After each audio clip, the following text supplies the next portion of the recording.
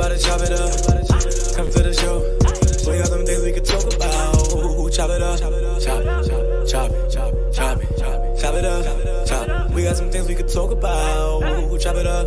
Chop it, chop it, chop it, chop it up. Chop it up. Chop it. We got some things we could talk about. Come to the show. We about to chop it up. Come to the show. We got some things we could talk about. Come to the show. We about to chop it up. Come to the show.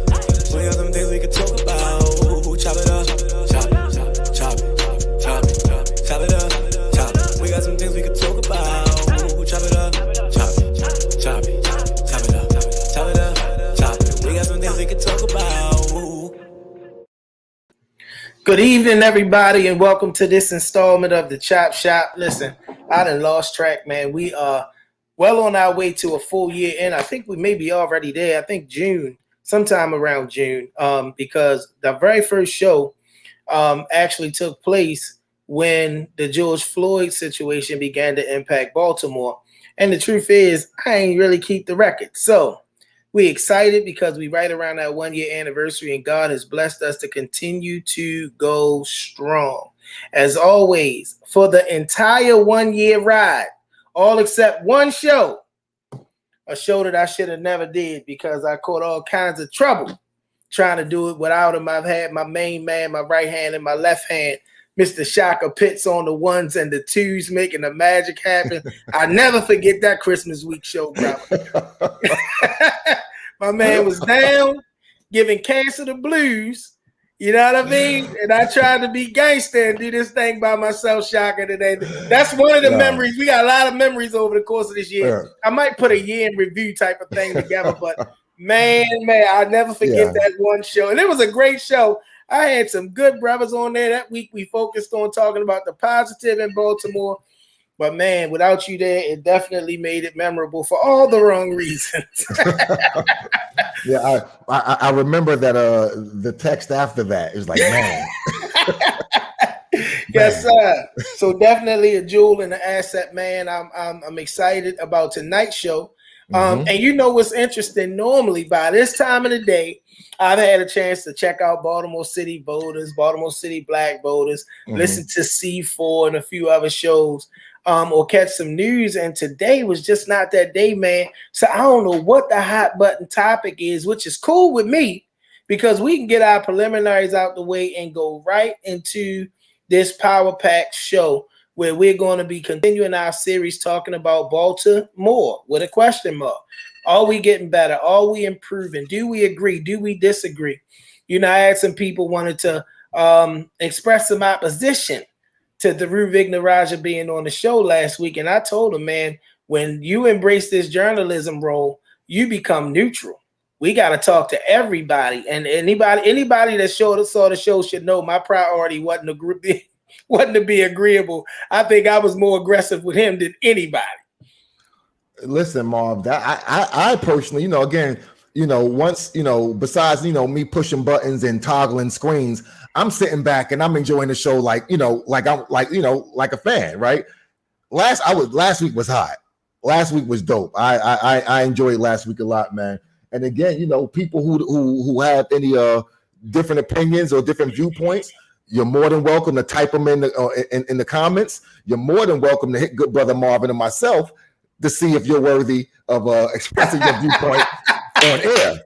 Let's go. But other than that, man, if I was to begin to call names of how many people in either community level leadership, government level leadership here in Baltimore, Black leaders that we've reached out to about coming on our modest platform, sitting down and having a conversation with the people that have declined and rejected, man, y'all would be surprised how many people just don't want to come on here. Because I tell them, I ain't the host that's going to beat you up. We give everybody an opportunity to put their perspective out there and let the people give them feedback. So we shall see. Y'all like, love, and share this broadcast and get the people on here because tonight we have a very powerful conversation. But before we get to that, we always got to share what's happening in Baltimore. We need y'all to know that there's an alternative to the deaths and to murder. There's an alternative, and that alternative is the Stop the Beef hotline. I need y'all to understand that we have brothers that are at the ready on this number. These two numbers, if you're looking at the flyer, one number pan across your screen, that's going to answer that call 24 hours a day, 7 days a week. So if somebody finds themselves in trouble, they will not have to worry about being a victim. If they reach out, we do everything from mediate all the way up and through paying the debt necessary to see to it that lives are not lost. So if you know somebody that's gotten themselves in that sort of trouble, please hit us up on the Stop the Beef hotline at 443-431-3705 or 443-522-7848. We need you to understand that there's no police involvement. Police are not involved in this process. We are just men here in Baltimore who come together to do what's necessary to make sure that no life is lost. So I need y'all to make sure that y'all sharing this information with any and everybody that might find themselves in need of these services. Next, the We Are Us Men's movement for 2 years strong has walked the streets of Baltimore. And on this Saturday, we're going to be out again, walking in the community. I think we over on Milton Avenue, if I'm not mistaken. I'm trying to do my memory thing before it come up. But we're going to be on Milton Avenue. Come on, Shaka, get it up because I might not be right. Y'all know around here, man, we just keep it real. We're going to be, 1850 North Milton Avenue at the New Life Evangelical Baptist Church is our meetup site. We won't be in the church. We're going to be in the hood. We need you to meet us in the parking lot at that church, and we're going to go and engage that corridor. That's where, when I was younger, it was Gambino territory, the federal street boys and the federal lounge. And y'all know I'm from the streets. I know all that street stuff down there. And it's still a neighborhood that's in need of some engagement, resources. And we are going to come and engage, bring resources, and bring love to that community. So we want all the men to come out. And on Saturdays when we're out, because there's plenty of daylight and we can protect you, sisters are welcome to join us. This coming Friday, I think the date on that is Friday, there's a food giveaway happening, and I wanted to promote it for two reasons. Because the people that have organized it are in need of some volunteers. They're trying to do a major food distribution. Anybody know, even beyond the pandemic, there is our neighborhoods in a lot of cases are food deserts. So this Friday, May 28th from 1 to 3 at Northern Parkway in Marietta, Montebello Elementary Middle School, there's going to be a food giveaway. And we not only need people to come through there and grab a box, we need people to come and volunteer. And listen, y'all, there's nothing that does my heart better or prouder than when the people who are coming over there to receive the services park their car, hop out, and say, I'm going to help. We were down in front of my church one Saturday, and a young lady who I've grown very fond of, she's a great person, named Rhonda Santos. She came up and she got her box, went, parked her car, walked back around the corner, and stood out there for the duration of the day, helping us serve other people. So even if you're a person that's going to be blessed by these resources, hop out your car and come on and help serve other folks that are going to be coming. All right, y'all, I got a major announcement for our Black History in the Making. I'm excited about this announcement because it involves my brother. I tell people the story. In 2015, I was reintroduced to Baltimore police in a better way than I had been, being somebody that's from the streets and from Lexington Terrace projects. I met an amazing young lady who had come to help us in the Western District do some healing work around the post Freddie Gray, post uprising stuff. It was a lot of people that came there when it was popular. They left and went on about their business. And we were there. And this young lady, who is now Colonel or Deputy Commissioner Cherie Briscoe, reintroduced me to police. And one of the brothers that I came to know and grow very fond of is my brother, who is the focus of our Black History in the Making spotlight tonight.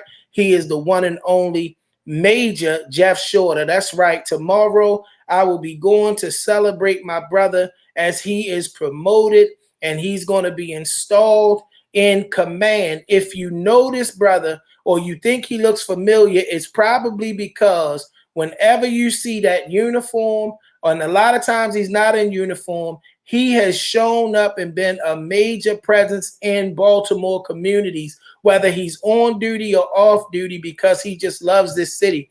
If I was to begin to just give people in various movements the opportunity to talk about Jeff Shorter, they would tell you that Jeff Shorter is a stand-up guy who has never made it about the uniform versus the community, but has ensured that we are able to see Baltimore police as a part of our community. So we want to offer him congratulations on his promotion and his installation as in the command staff. And we want to offer him the chop shop salute, as he is truly making Black history right here in our beloved city of Baltimore. Now that we got all that fun stuff out the way, it is time to get to the show. And tonight, we're doing something that's unprecedented, Shop. I got a special guest co-host with me tonight. She was jumping all on the Facebook thread and she was asking questions. I said, well, why don't you just come on here and be our co-host tonight? I've had an opportunity to see Facebook threads, and I love that she's an active person in our community, and her perspective is normally one that's on point towards not only Black empowerment, but the demonstration of Black excellence. I'm talking about the one and only Miss Mona Diallo. Thank you for joining us. I got to bring you on first. Thank you. I'm going to tell y'all now, y'all ain't gonna be ganging up on Jason now. You are a co-host. You cannot be on here beating up the guests. But I'm excited about you being here today. I am so blessed to be here with you, you brothers. It's wonderful. Thank you for inviting me. Thank you for allowing me to speak my thoughts as a mother, as a grandmother, as an educator, as a resident of West Baltimore, fifth generation Baltimorean. I am very thankful to be a part of this conversation. Well, we are very thankful to have you. I don't know how they do it, but as many Black women as I've had on my show, they always accuse whenever we have one of these shows without women. When you gonna have some women on there? So we got Mona on here with us tonight. All right. But I got two brothers. They are brothers, not just brothers because they Black men. These dudes really love each other. But just like real siblings, they don't always agree. I done had some of my most passionate exchanges with these brothers, because agreement is not a prerequisite for us to talk about the Baltimore that we love. The first one that I want to bring on the screen is just one of those brothers who I absolutely love. His passion for Baltimore and how he just continues to move about Baltimore, being a presence. He just shows up. He don't need an invitation. It ain't about what organization he representing, but all you got to do if something positive is happening in Baltimore is look around, and you are going to see the one and only brother Ceasefire himself, Mr. Darnyle Wharton. And it's only one way to greet you. What's up, fam? What's up? What's up, fam? What's going on? You know that's the greeting, brother. What's up, fam? That's the greetings, man. That's the greetings. I'm excited about having you on here today, man. Hey, man, I like being on here. This is like my third time? Yeah. I'm starting to be a vet. Need to put my name on the wall. Yeah, with the wall of fame. Hey, look, we need to build that, Shaq. Make a note. All right. And this other brother, I love this guy, man. I love this guy because I love anybody that has conviction in their beliefs, right? Madonna had a quote a long time ago that said, poor is the purpose of any man that depends on the opinion of another man, right? And she wasn't talking gender, she was talking humanity, which means that when you discover your lane and your sense of purpose, people disagree with you, they disagree with you. I tell people disagreement is the one thing in this world that's okay to have, and we ain't got to have hatred in order to have that. And this show is going to demonstrate that tonight as we talk to the one and only Mr. Jason Fly the Damn Plane Rodriguez. Fly the damn plane. And here you go. Last time he was here, he had that janky Wi-Fi. Now he in the car. Come on, Jay. You killing me, brother. He don't have nowhere, yo. He loves being in the car, yo. He ain't gonna be home. Good afternoon or good evening, family. The opportunity to be here, and of course, See, there you go. I don't know if you're able to pull over, but this technology pulls a lot of bandwidth. The country, so. Yeah, this technology pulls a lot of bandwidth. So I don't know. It works a little bit better if you're able to sit still. The car ain't a problem, but if you're in motion, it can be tough. A better area. Oh my God, he did this to us last time we had him on here. So look, we're gonna jump right on into the show. And tonight, y'all, I had to move. I was in a bad location. I'm in a better location now. So can you hear me now? Yeah, we hear you good. All right, so let me set the stage for why we're here tonight, y'all. Y'all know that the mayor's crime plan was released, and it had a lot of elements that dealt with the long-term success of turning the corner around some of the things that are going on in this city. And there were some people that were very outward critics. That while people do want long-term fixes, there's some folks that say, look, we need to stop the bleeding now. And I have these brothers here because if you their Facebook friend, you've seen some of the spirited exchanges that they've had over the surveillance plane versus some of the other elements of the crime plan that are going into effect. So we're here to talk about it today. And the first thing that I want to throw out there to you, Darnyle, how do you feel about the people who say, while we're looking at some holistic aspects and holistic approaches to fixing crime in Baltimore, that there needs to be something to stop the bleeding now, which normally people mean something more enforcement driven? So I don't know. A lot of people sometimes tend to forget about what happens when you try to institute a more aggressive type of policing, because you see a lot happening in the in the hood. And when we had what they say a good time in the city where crime was down, Black people, brown people were getting unconstitutionally treated.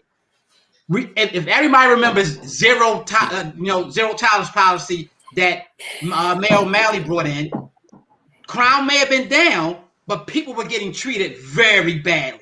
It was one person that got stopped 42 times on his block just because he was Black and he just happened to be around. So I understand people wanting something done quickly because that's what humans like. Humans I want it right away. I want it done. But what people don't realize is it took us this amount of time to get here, and any reform is not going to happen immediately. We have to get out of the quick fix microwave type of thinking when it comes to getting stuff done. You put things in place, you put measures in place, and then things happen eventually. When your grandmother taught you how to cook, she ain't teach you to cook. It is going to happen real fast. You had ingredients, you had the way they had to go in, and you had to wait for stuff to marinate sometime. And we're in a time of Baltimore where things just aren't going to happen immediately for us. We got to start putting things in place and start seeing those things actually come to fruition. And we can't wait. It's not going to be fast. We got to wait for it. So that's why holistically putting money into resources, giving organizations capital to be able to sustain the resource that they have for a very long time has to happen. Because sometimes we give people, we say we send them to the resource places, but they don't have the money to sustain the help that they're giving. But if we give them wage, we give them money, we give them we give them the capital that they need to sustain the help over a period of time, 5 to 10 years, then every time somebody needs help, they can go to that organization knowing that organization is there to help them. And this is what the holistic approach is doing. Mona, you like me choose to live right here in our beloved West Baltimore. I tell people all the time, God has been kind enough to me and blessed me that I can live anywhere that I want to. But I choose to remain a Baltimore City resident in that choice. And as a person that sees what continually appears to be us on track again for another 300 murders, which we're praying that that's not the case. How do you respond to the idea that we're taking a more holistic approach that could mean, because it's been said that it's a 5-year plan, How do you how what's your response to that? Well, first of all, I always have to go about the understanding and educating our people. And I believe that the way that we have taught our children in terms of the history of Baltimore has not been conducive to where we want to go. And when you understand violence, we see it as something that's immediate because just like you said, Darnell, it's immediate. Humans see it, they see the blood, they feel the death, and it's very evident. Well, there's structural violence as well. And I'd like to read something, if you don't mind. No, I don't mind at all. It's from Black Butterfly. And I've read this book 2 or 3 times, but this actually points it out. Ongoing historical trauma is structural violence, and structural violence is slow violence. The damage from slow violence will not be immediately apparent, but does manifest over a period of time. The cumulative and surgenistic interplay of root shock, internal colonialism, resource apartheid, toxic lead exposure, and housing leads to deadly results. When Black neighborhoods are systematically deprived of resources due to regimes of urban apartheid, crime and violence often escalate. Structural violence slowly becomes manifest through fast and visible street violence. Fast violence is then used as the pretest for hyper policing Black neighborhoods, as opposed to policymakers addressing the slow violence that structures the toxic environments in which people live. You on with the Chop Shop. We come to you every Thursday at 6 p.m. And I want to swing over now to Jason Rodriguez, Mr. Fly the Damn Plane itself. And Jason, many people don't know that your message is not just advocacy for flying the plane, but that in the current conditions of Baltimore, with its, to me, its most visible problem, which is the murder rate, that no solution should be off the table. Brother, talk to us about what that philosophy is, as opposed to the 5-year long-term plan that's been released by City Hall. Uh-oh. We lost Jason again. All right. Well, I'm going to keep the conversation. We got to keep the conversation going when we can. We'll get Jason in. So let me come back to you, bro, because everybody is aware of the direct impact that ceasefire is attempting to have on our communities. And it's one of the many things that are happening in Baltimore that's designed to help curb the violence. We had a show on a while ago where we were talking about the surveillance plane or not, right? And the reality of it is we had some people that came on there that were victims in themselves, or that had family members that were victims of violent crime. And many of them, although we know that there's been studies released and that sort of thing, many of them were just simply posing the question like, look, we talking about something that could have at least brought closure or justice to the crime against my son, my nephew, my whoever it was that was directly impacted as the victim. How is it that we keep that off the table as a viable option? Brother, as somebody that's a part of the fabric of trying to change violent crime, what is the answer to that from the grassroots level? We know what the politicians say, but from the grassroots level, what is the response to that? So from the grassroots level, I understand tactics of law enforcement. This is to me, it's a tactic of law enforcement. However, this is a tactic of law enforcement that we as the citizens, no, I don't like citizens. We as the residents haven't been able to fully vet. It was just thrown at us as this is what's going to happen. And if you look at the history of any inner city when it comes to something flying over top of us, something taking pictures, something recording whatever's going on in the neighborhood. And I understand you want to record possibly catching crimes or whatever, but what else is it catching? And we don't know. So we push back. And the problem I had is when you have white-funded organizations that come into the city with the mentality of, let's just put it out there. Let's just do it. and put it in these disenfranchised areas because they're black people and eventually they're going to have to deal with it. We're probably going to get a little bit of pushback, but black people, after a while, if nothing happens, we're just going to allow it to happen. And I'm like, I understand that mentality, but I do also understand that if you want to put something that's going to go over top of most of our disenfranchised neighborhoods, at least educate us. Give us a total campaign of what this is about instead of just we want to throw the planes in the air. Because if you want to just throw the planes in the air, I'm going to look at it as like I'm in my neighborhood, nothing's happening, but you're taking pictures of me going to the store, you're taking pictures of me leaving my house, you're taking pictures of me coming back home, you're taking pictures of me, and if there's no crime happening in my neighborhood, what are you doing with this information? So I investigated, or I did a little bit of research on the Arnolds, and this particular project, I believe, is funded under the LLC, and they actually have money going towards education research, criminal justice, all different types of research. And the first question that came to mind was, if in fact this is a philanthropic capitalist venture, and they do have the funding, why did they go to the aerial surveillance and not the other supports that they do and that they have? Because some of the things that they do are really, really positive. And I'd like to know if anybody'd like to answer that. Was that vetted?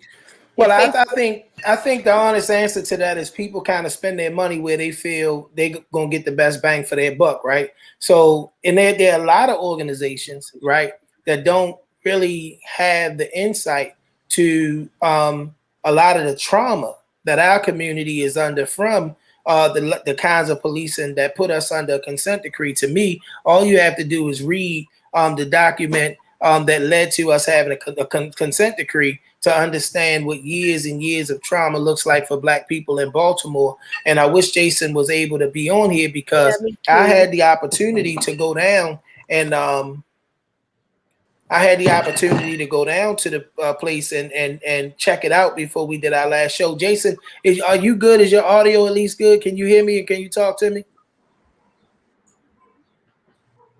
All right, so it looks like we still a little stiff there. And one of the things, because what you just said was really powerful, Darnyle, and that's that there was no real campaign. We know that the original promoting of the original in, I guess, putting the plane into action was done under some really shady stuff in partnership with BPD, and it wasn't properly vetted and all that sort of thing. Again, the commentary is at this point, right? If we got something that could possibly work, what path do we take to get to that level, to implementation, so that it can help?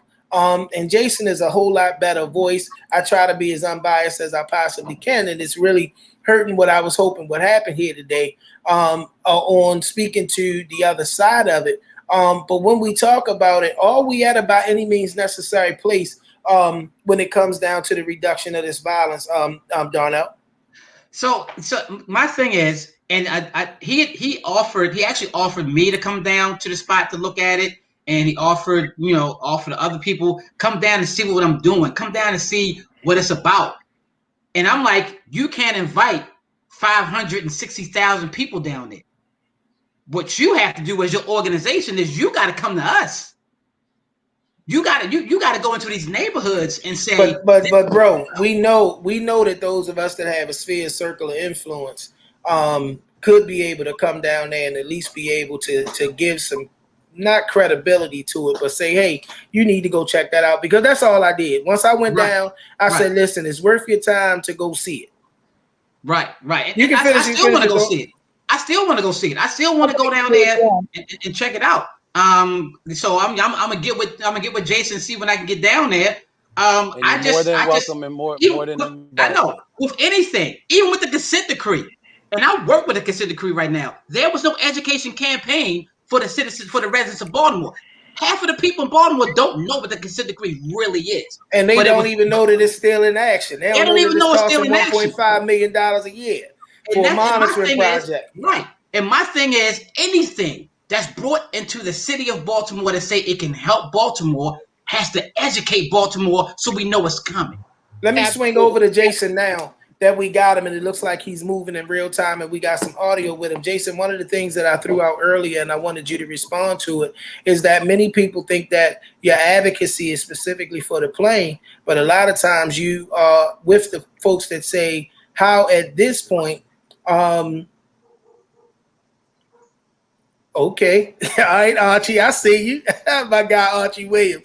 I say, but how at this point are we withholding any possible options to bring an end to violence in Baltimore? Can you hear me, Jason? All right. So first of all, can everybody hear me? Yeah, we can hear you. I hear you fine. Can you hear me now? Yeah, we hear you. Okay. Well, first of all, good evening, folks. Good evening, folks. I mean, there's been so much that I've heard so far, and again, listening to your question, I get everyone's point, and I think that's why I got involved in the program. I know that's why Archie got involved in the program. I know that's why Joyous got involved in the program, because our advocacy wasn't about the plane. Our advocacy was about the violence in our community. We've all dealt with, Joyous, has family members that have been victims of violence in this city. I just lost a cousin. I lost 3 cousins last year. The second homicide of this year was a family member, was a cousin on my wife's side of the family.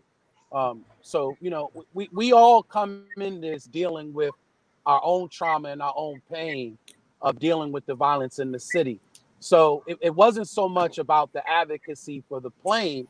It was about the advocacy of stopping the bleeding so that we can heal as a city. We can't heal as a city if we're constantly dealing with the onset of trauma that keeps happening, and perpetuating in our community. So, and I did understand coming into the program some of the mistakes in the past. And I think because there was no real advocacy from the community, there wasn't an Archie, there wasn't a Joyous, there wasn't a Jason involved in the program, there was nobody to hold the operators of the program accountable to the community, especially if the program is being called the community support program. Well, where is the community at within this program? So for us, I'm speaking for our group, Archie, myself, Joyous, we got involved in it to be that oversight to the community, to be that accountability to the community. Because at the end of the day, the operator of the plane itself is from Ohio. He has no stake in Baltimore. He has no family, no blood in Baltimore. I do. I have a son, I have grandbabies, I have family. So we're stakeholders. So we felt that it was important that there is real stakeholders in the program and holding the program accountable. And in some cases, being that outreach to the community, wherever the community may have some reservations or some concerns or may have some misinformation. Well, that's what we're there for. I've invited Jason, almost every let me jump in. You can Let me jump in and ask you this. Jump in and ask you this, because we know that there was a bad rollout and you guys have been trying to advocate to get back to the point of educating. But I think that because one of the things about social media, and we blessed to be able to come through Facebook and YouTube live tonight. But one of the things about social media is all people see is the timeline. And when they see your advocacy on the timeline, I always like to joke about it and call you Mr. Fly the damn plane. People don't really get to know the inner workings. And I wish I had thought about asking Archie to be a part of this conversation tonight, because everything on the Chop Shop is about educating. It's not about I'm on one side or the other, but we agree that there needs to be some educating. Why is the plane not flying so people can understand? Because there are many people that don't know why the plane is grounded right now. Can you bring us up to where the plane got grounded? I mean, unfortunately, I have to call it for what it is, and I know some people will be upset. And unfortunately, it's because we have some folks that tend to be part of the woke community, that tend to be part of the grassroots community within our city, that doesn't believe in the program, has never sat down with us, although I've invited them to come sit at the table. And unfortunately, in some cases, they are refusing to sit down with us. But unfortunately, is these groups that have the mayor's ear currently, that are saying that this is not the option we should be going in. Many folks look at us as an arm or an extension of law enforcement. We're not an arm or an extension of law enforcement, and we're not in the business of trying to violate people's constitutional rights or privacy. Matter of fact, one of the arguments was that we were going to follow activists around the city as they advocate for police reform and police changes in law enforcement practices. Well, that's crazy to think that I would ever allow a program like that to target the grassroots community when I came from the grassroots community. I've marched before there was Freddie Gray. I was out there marching with Anthony Anderson's family. I was out there with Tawana Jones and Tyrone West and their family. I was out there advocating for William Torbett. So before, all these folks that have come in that are now, all of a sudden came in because of George Floyd and the whole Black Lives Matters movement. I was out there advocating for Black lives and for a better Baltimore for almost a So decade Jay, and a let me half. jump in. Let me jump in. Darnell, as a person that's a part of the activism or activist, because y'all know I don't like the word activist. I love Baltimore and I do what I can to help anybody in it. But as a part of the activist community, I want you to kind of respond, because these are the conversations that are not happening. We got narratives, hashtags, sound bites, timeline, post, and all that, but the conversation is not happening. As a person that's a part of that community, give redress to what Jason is saying about not coming to the table and all of those kinds of things. Because I think we got to get to a point, even if we choose to continue to disagree, we can't continue to disagree without dialogue. Right. So I'm just going to put it plain and simple. Why invite me to the table now when you didn't invite us to the table before? The plan was put out there without us coming to the table. You never asked the actual people who brought the plane, whatever it was, the plane went in the air. Y'all never came to ask us before the plane went in the air, can you come sit at the table and tell us about it? The plane went in the air. And then when these organizations, the ones that you were talking about, decided to band together and say, yo, this ain't cool, and it got grounded, now you want to bring it to the table. Now you want to say, hey, come to the table so we can talk about it. But that wasn't any importance to you before the plane went up. And that's why people are upset. And that's why the residents of Baltimore was like, you wasn't trying to include us before, or now you want to include us when you want the plane to go back in the air. And it just seemed, who did you step to? Who did you ask to come to the table when the plane went up? So again, when the program first came out, because of how our company originally operated under an MOU, under having an agreement between our company, which is a public sector company, and those who we expect to take the investigations and utilize the information that we provide to them, which is BPD in this particular case, that was BPD's decision not to inform the community. I have plenty of communiques that I can show the community where Ross McNutt at the time, even going back to the first time that we operated, the suggestion was to Commissioner Davis at the time that we have a community forum and that Ross explains exactly what the program is about. Commissioner Davis didn't want that. And based on our MOU that we had signed with BPD, unfortunately, we were obligated to do whatever the person that hired us and contracted us to do the job to follow that agreement to the T. When we came back this time around, and Commissioner Harrison was looking at the idea of utilizing us, we felt that before we even move forward, it was important that we have community meetings. So Archie, that's how I actually ended up meeting Archie, had over 70 meetings throughout the city. Several of them took place right at Langston Hughes Business and Community Resource Center. That's one of the ones that I attended.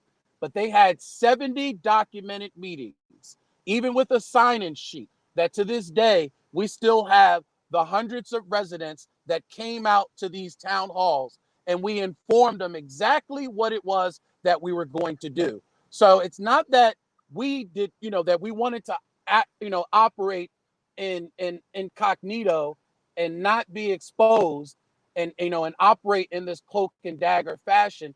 That's not how our company wanted to operate. And again, we have the documented proof that we went back and forth in reference to Commissioner Davis and tried to get Commissioner Davis to understand the importance of having some sort of community awareness. That's not what Commissioner Davis wanted.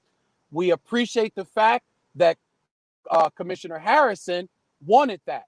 And that's why we had the 70 plus some odd meetings, including even Commissioner Harrison having several public information meetings to inform the community as to exactly how they were going to utilize this technology.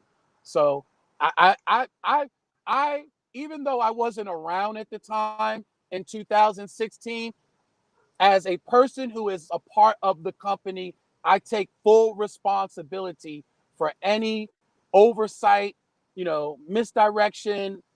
Folks felt that, they were misled by the program. I take full responsibility of that. And I apologize to the community directly for that. But I can tell you that since Archie, Joyous, myself have been a part of the program, our whole mission has been about trying to be as open and as transparent as possible, inviting all the groups. If you weren't invited before, you're always invited now. And there will always be an open door policy with our company. It's important for us to have an open door policy with our company. So I apologize to those who may have felt that we came out the wrong way. It wasn't our intention to come out that way, but we need to figure out a way to move forward. And again, in some cases, for all of us, like Pastor McKenstry is saying, for us to come together and sit at the table and at least have a dialogue.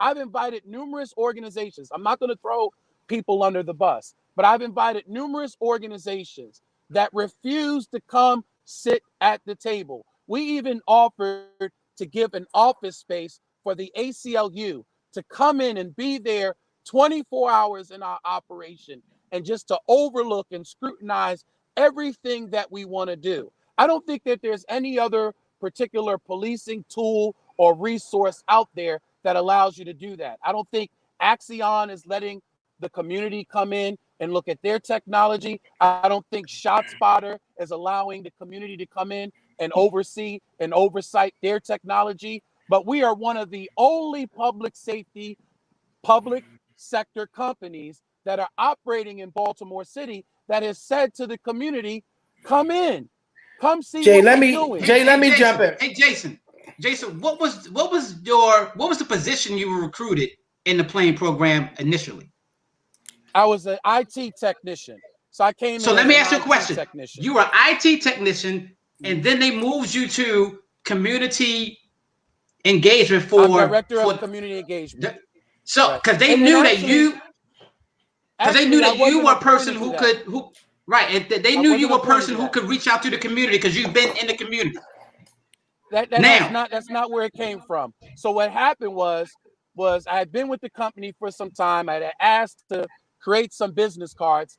And at the time of creating the business cards, I said, should I put down IT technician? Or since I am out in the community a lot, do I put community engagement? And I was given the blessing to self-appoint myself as director of community engagement. Was that title given to me by the CEO of the company? No.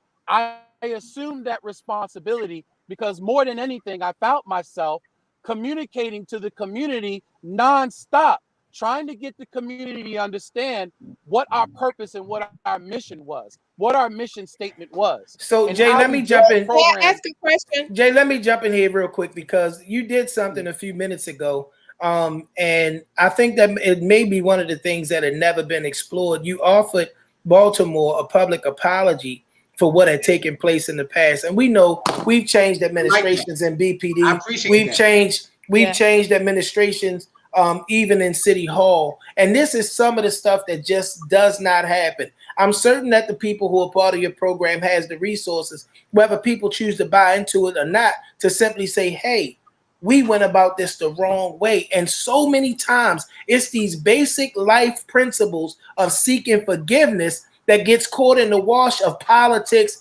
and corporate America, especially when the two come together. Come on, Miss Mona, talk to me. So I was thinking, this company has a lot of funding, has a lot of money. Did they think about putting out a PSA and their other programs, Jason, like a deliberate PSA to inform the residents? We did have PSAs lined up. Unfortunately, everything that we did had to be submitted to BPD. And every time Why? we hired a black director, a cinematographer, a videographer, paid him great money to go out into the city and film. We did 3 actual public service videos. They never would allow us to release them. Matter of fact, one of them they scrutinized because we were talking about accountability, but not just accountability to Little Pookie and Little Peanut, but we put the Gun Trace Task Force in the video to talk about even holding the system accountable, because we have had several gentlemen that were vindicated by the program. But because we put the Gun Trace Task Force in there, the PR department for BPD shot us down and told us, oh, no. You can never release this video. You could never release this video. But So that was around our mission statement. So it seems like it's it seems like it's the BPD that's kind of holding us up. But what I don't understand is, if the BPD has kind of shut their doors on this, and you got to go through them kind of as a law enforcement tactic, why are you still pushing for the plane to go? Who's going to put up the plane if the BPD is not signing on to it? Right. So you have to understand that originally, Ross didn't know no better. And that's the problem when you have a great solution, but you don't bring it to the community in the right manner, and you don't allow the community to input on it. Ross had a great idea in reference to, of course, holding violence accountable, but he thought that accountability meant that he had to go through BPD in order to have an agreement to operate. Technically, nobody keeps us from operating. If we wanted to fly tomorrow, we could fly tomorrow. The only thing that restricts us is the FAA. The FAA determines whether or not we can fly or not. And according to the FAA, we can fly. So what we've done with the company now recently is we realize moving forward in the future that we're never going to sign an agreement ever again with any municipality. If any agreement we sign should be an agreement between our company and the community. If the community wants to sign on and tell us how to operate, then that's the only MOU we should have. And matter of fact, I'm announcing it here first on Marvin McKenstry's The Chop Shop. Nobody else knows this outside of this realm. We are going to fly again. We're actually scheduled to fly in July, but we're going to be flying for the community with an MOU with the community, not BPD. And the investigations will be provided to BPD. Now, if Baltimore Police Department decides to utilize it, that will be on them. If they decide not to utilize it, then the community is going to have to ask questions as to why they are not utilizing this information in reference to a homicide or in reference to a carjacking, or in All right, I want to pause being because I want to pause real quick because I brought my man Archie. What's up, Archie? What's going on, man? How you feeling, good man? Man, I'm hanging in there. Hold on, I'm tired. Yeah. Yeah. Somebody, it's a TV or something in the background. We need to get that TV out of there. But you definitely are dropping some Hold on, gems.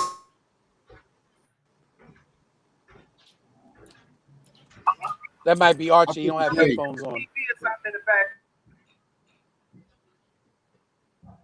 You got a TV or something in your background, Archie? Or that's the sound from the show looping back through? Oh, yeah. Yeah, it's the sound from the show looping back. It happens sometimes. You got to have the headphones on. So what you got to just turn your volume down while you talking. The volume on your computer, turn it down while you talking. The volume that lets you hear, turn it down while you talking because you don't need to hear while you. All right, there you go. We good? Yeah, we good. So listen, bro, because you putting some stuff in here, and listen, go ahead, drop them gems you was putting in the comment section, brother. Well, you know, we have been through so many community meetings, and I'm sorry, my brother and my queen, that we didn't get a chance to deliver this information to you. But best believe that Miss Bradford and a lot of the organizations that we ate breakfast with when we had the hold on. Before you finish there, Erica's reluctance against the plane is only on her. It wasn't Baltimore Ceasefire. I just want to let you know that. So when you bring up her name, when it comes to the plane, okay, she was her views were totally separate from the movement. Okay, so I just want to put that out there. So whatever was functioning under ceasefire at that time when we had the 70-something meeting roll out, I sent the email to whatever was functioning under that ceasefire. I sent it.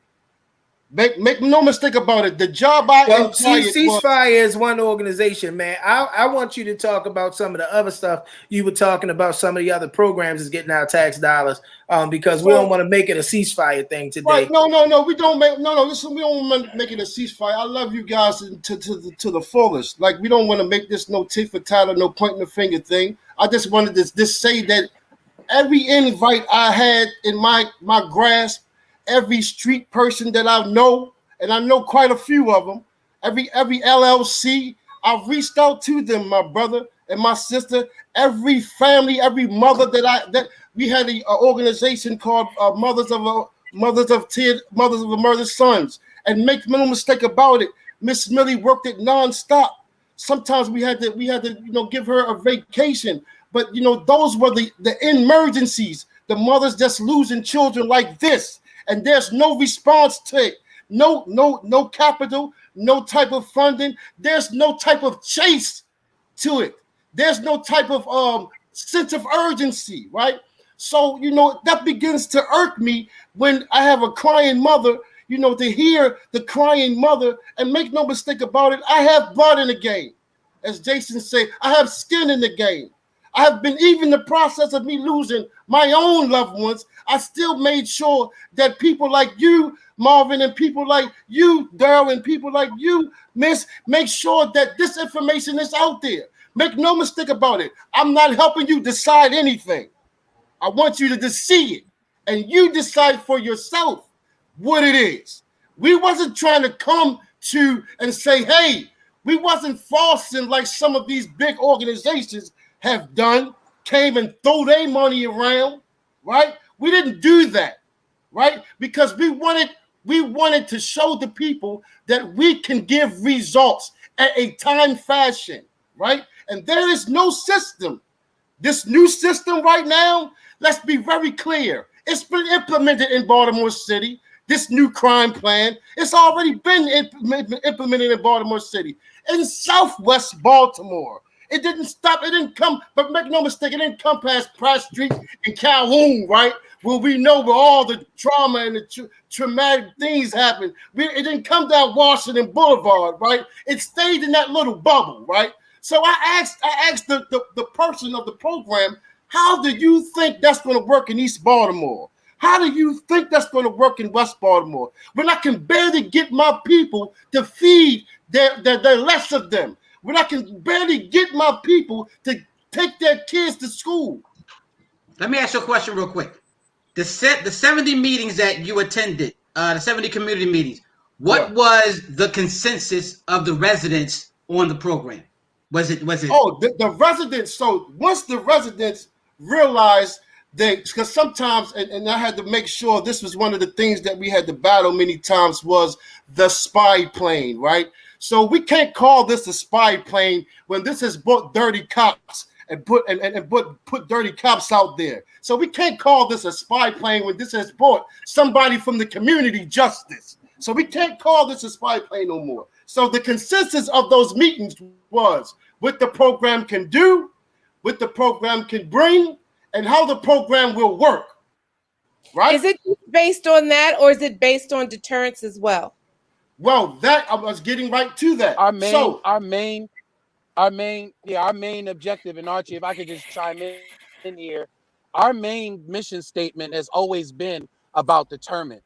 Matter of fact, when we look at our numbers, if we're still making arrests with our aerial evidence, we failed as a company, because at the end of the day, our company is more about deterrence. And I don't think there's any other policing technology out there that looks at not wanting to make arrests.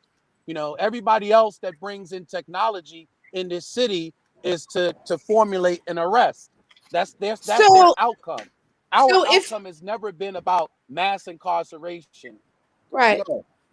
So if it is deterrence, if in fact it is deterrence, while the plane was flying, was crime deterred? Absolutely. And we have data and evidence to prove that. Right. And I've asked Jason about that data. And every time I ask Jason about that data, he always tells me he can't produce it. Well, no, hold on, because I went down there. Not that we can't produce it.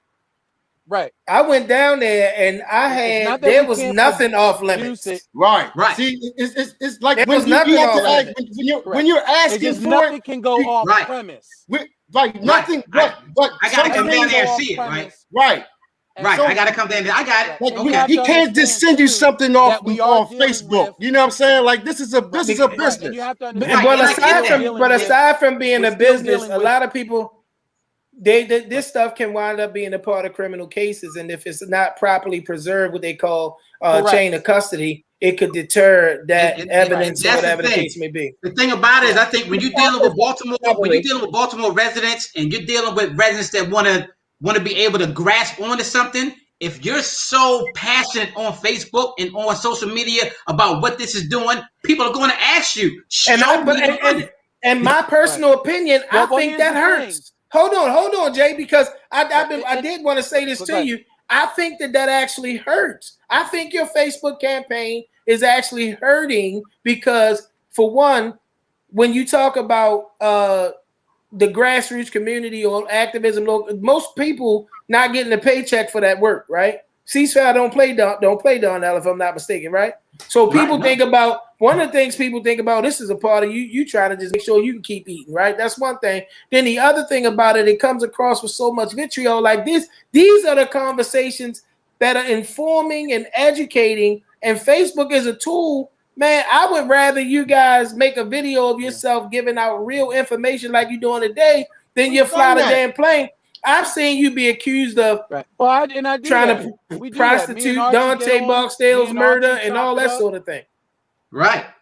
It comes off disingenuous. Right. I mean, and Jason, I know who you are, bro. I know how Baltimore. It just comes off disingenuous at times. But understand something.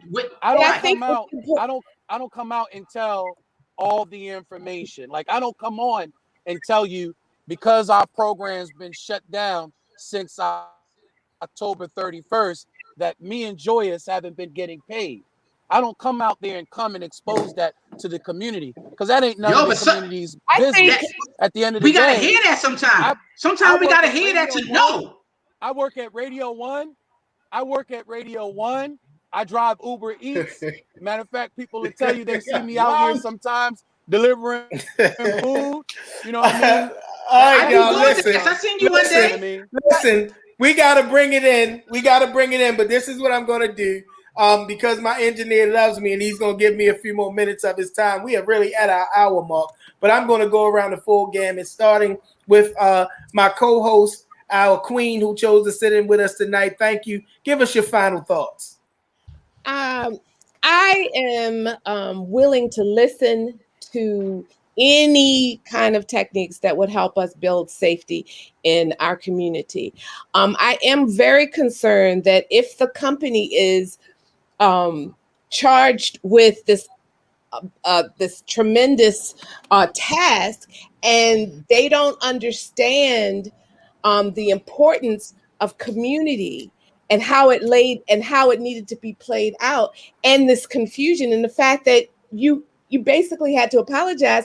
I'm concerned if that is an issue with them handling this very important issue. It just seems like it's not professional. I'm concerned about that. As well as, you have to remember, during 2015, 2016, it was a very, very, very sensitive time. And it was right after the uprising. Then you had the gun trace task force. You had a whole lot of things happening. So this distrust, and throughout the country, this distrust that is happening, that we feel that we're finally able to communicate, they needed to be much more diligent on having the community understand it. And I think that you two have definitely made that clear, that they didn't do it. And thank you, Mona. Again, the fact that they didn't do it worries me, that you're going to be in charge of something else and you weren't able to do that part. That concerns me. Thank you, Mona. I want to swing over to my main man, Archie. Archie, you got a minute, man. Give us some final thoughts. So this because Jason apologized. Jason apologizing for the company, but let's be very clear that it was not Dr. McNutt's choice to do that. It was the Baltimore Police Department's decision to do that, not Dr. McNutt's decision. Because if that was the case, you would not see Archie supporting it or Jason supporting it as we do. We are willing. We have the space to accommodate. Man, we are willing to show this technology. Again, reach out to Jason. We have it. We ready to show it. And again, as Jason has said, we not grounded, champ. we can fly commercial. I mean, had my man would have done his homework, he wouldn't have been so duty-eyed trying to say we grounded. You know my man and them. Y'all have a safe weekend, man. Stay with us, Archie. Don't go nowhere. We're going to swing it over now to my man, Mr. Jason Rodriguez, for some final thoughts. So again, I just want to just emphasize to the community that any company, I don't think there's not one company, even those who are entrepreneurs here in Baltimore, will never not make a mistake. You know what I mean?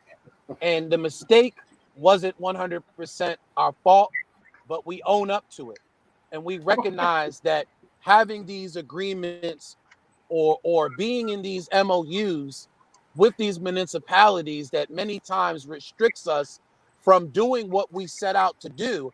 And that was to be open, transparent, to be straight up with the community as much as we can, without, of course, jeopardizing possible criminal cases. If we're not allowed to do that, we understand that moving forward, we cannot get into these type of agreements with these municipalities. So moving forward, that's why it's important that we have folks like myself, Archie, Joyous, and we ask the community. We're setting up a community advisory board. We want the community's involvement in this. We're not trying to be a problem to the community. We're trying to resolve an issue, and that is, unfortunately, the homicides and the shootings that go unchecked in our community. But we can't do it alone. And we know that in many cases, these organizations, they can't do it alone. You can't have a ceasefire movement, a safe streets movement, a ROCA, any type of movement, books before hooks, beats before bullets. You can't do the grassroots part of things when we're constantly dealing with the bleeding in our city. So our hopes is that we get us to a place where we can help to ease the bleeding while all of us also roll up our sleeve and get at the root of this issue. We have a lot of work to do. And I know I'm willing to build that coalition and be side by side with anybody that wants to fight for Baltimore. I love each and every one of y'all because y'all wake up every day wanting to fight for Baltimore, for a better Baltimore. So let's figure out a way that we put our differences aside and we move forward, as this collective front, as this coalition. Man, that was your best vote for Jason's speech there, boy. I know you turned smart. Come on, Darnyle, give me some final thoughts, my brother. So, boy, put your hat in the race. Right. I'm trying to tell you. Four things: education, transparency, accountability, and collaboration. And anything that goes on in the city, those four things have to be paramount from the beginning. And I appreciate the apology, brother. And I know that you wanted to do things other ways, but in anything that involves the community, the community has to be educated first.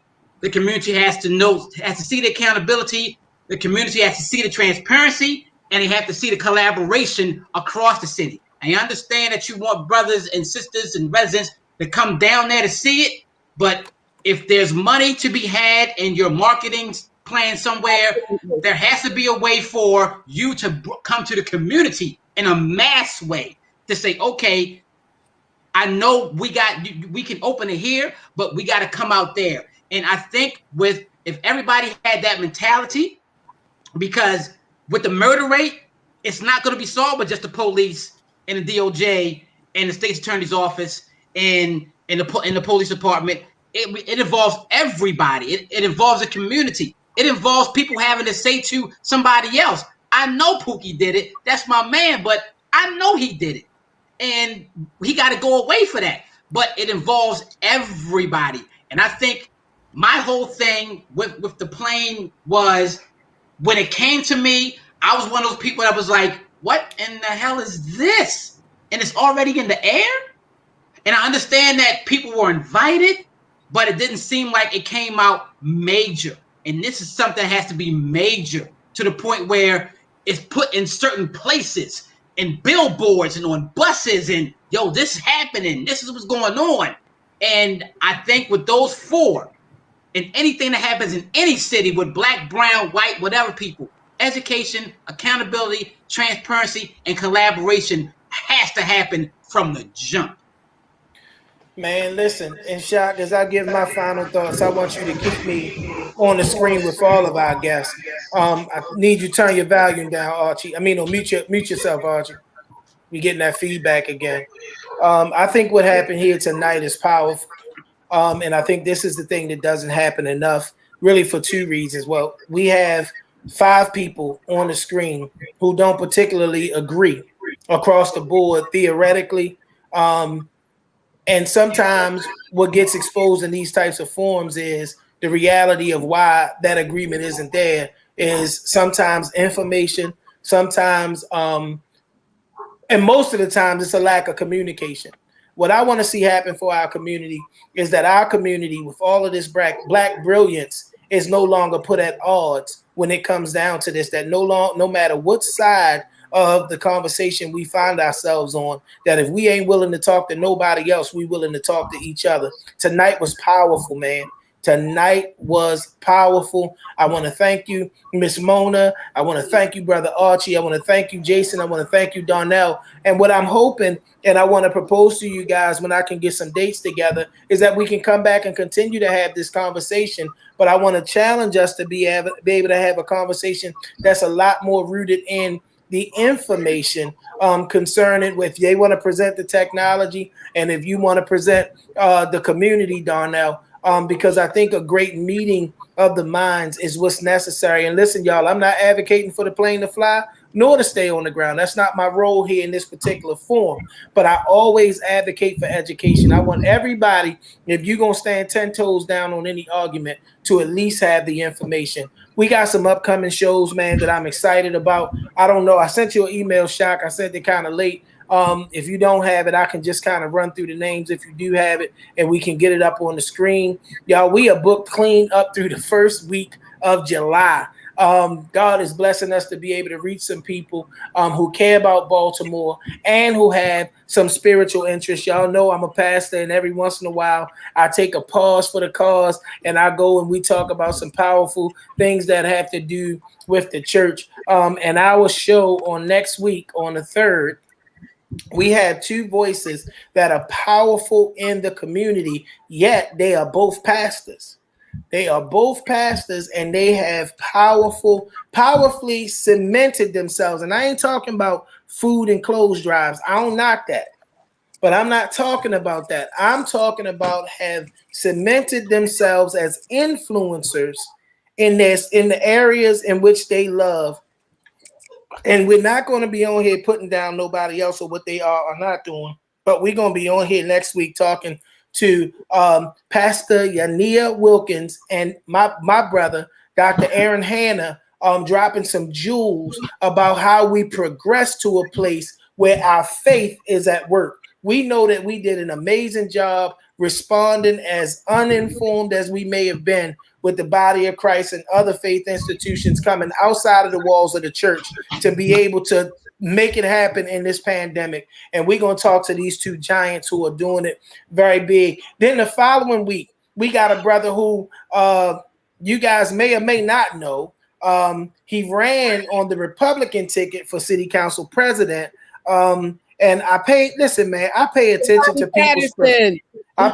to people's perspectives, and I listen to what they have to say, y'all. Listen, popularity, that left me a long time ago. I don't care nothing about people and how popular they are, but this young man has something to say, and I'm interested in talking to him. You think you enjoyed my interview with the Rue, you probably gonna enjoy this one as well, because we're not coming together because we agree on everything, but we both agree that we love Baltimore and we love truth. I'm talking about Mr. Giovanni Patterson. Then the next week, we are going to have on the one and only Her Honor, former mayor of Baltimore, the person that was in the seat the last time, not less than 300 murders. We saw less than 200 murders. One of my favorite people, Miss Sheila Dixon, is going to be with us to talk about Baltimore. Man, we're here to talk about our city. Then following her, we're going to have one of the more controversial men of faith in Baltimore and some of the things that he's doing with this coalition. Reverend Al Hathaway. He's going to be finally retiring from the historic church where he's pastored for quite some time, and he's going to come and sit down and talk to us about Baltimore. And then the show that July 1st can't get here fast enough, because we're going to be talking about Faith Forward. We've come out of the pandemic. We're coming out of the pandemic, and God is speaking to us through all things if we're in tune to be able to hear what God has to say to his people. The word says, he that has an ear, let him hear. And I have two men of prophetic faith. I'm talking about the one and only Dr. Kevin Daniels, who is a man of great prophetic faith. This man, he understands the times. He knows what's happening in the world, the season, the calendars. Oh my God, to talk to him is really an indoctrination into what it means to really understand how God is moving in the earth. And my brother, the one and only student minister, Carlos Muhammad of Muhammad Mosque number 6, is going to be with us. Very prophetic, very astute, and he's a historian, not just of the world, but of Black people in this nation. And of course, he is one of the ears that receives directly from the minister, Minister Louis Farrakhan, who is what I call a leader's leader. This show is going to be powerful, and it's going to do a lot to bring some information as we begin to move forward out of this pandemic. I don't want y'all to think that God would move in the earth to the allowance of such a space only for general purpose. It wouldn't be for GP that God would allow these things to be. And we get the opportunity to hear from some people who are able to help us. Again, I want to thank you, Mona, for being with me. I'm going to be reaching out to you, bringing you back. Archie, we definitely going to have this conversation again. Brother Darnyle, we going to have this conversation. And me and you going to be talking about more than this topic. And Jason, we're going to definitely have you on again. Thank you all for being with us. I got to thank my right hand and my left hand, my main man, the baddest producer and engineer in the land, the one and only Mr. Shaka Pitts, for making all the magic happen. And Darnyle, you know what get me about this dude? He back there making sure everybody where they need to be, and at the same time, he loading it up in the comments. he getting his say in at the same time. Right. I told you I'm a fan. I told him I'm a fan. He was like, name him. What about that? Most importantly, I want to thank you, our viewing audience. We've lost some of you guys. You guys had our numbers real good tonight. I always say if a tree falls in the woods and nobody's around to hear it, doesn't make a sound. Of course it does. It just was nobody there to hear it. Y'all make sure on Thursdays when we show up that y'all are here to hear us and hang out with us and give your perspective, give your opinion, and to give your questions and your comments. And we're grateful. It's no reason for us to be here, except we're going to have you, our viewing audience. We love you, and we thank you for continuing to rock out with the Chop Shop. We somewhere around a year. I might go actually dig it up and go look, because I know the anniversary of George Floyd's murder was sometime this week, which puts us right at that 1 year mark. So we might be celebrating our birthday. We just thank God. We thank God, and we thank God again for being able to sustain us and giving us this opportunity to continue to come to you, to bring you the informed conversation. It may not be sexual, it may not be sexy, it may not be the hot topic, it may not be popular, but you will leave here informed. With that being said, Shaka, I gotta thank you again publicly for a year of rocking out with me, bro. And listen, you have grown this thing in its production and its execution in ways that I couldn't. All I gotta do is show up and talk. And I don't think that would be possible without you, my man. So I love you, bro. And I thank you so much for all that you do to push our brand. That being said, it's only one thing left to do. Shot, take me home, bro.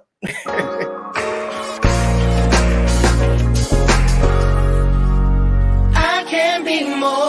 There's nothing that I can't achieve if I just believe. You can be more. You can make every dream a reality. We can be more. Be more, be more.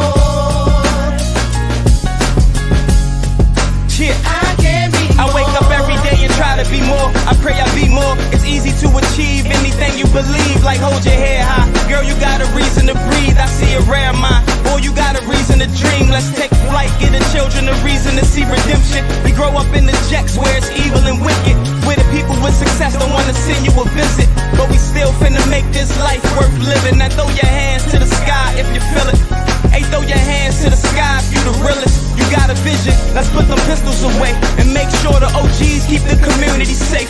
In the world where the ladies crying, the babies dying, I think we can create that space to make a way for the ladies to ride and make baby giants. Be more, believe, let's play. I'm so in love with life. There's nothing that I can't achieve if I just believe.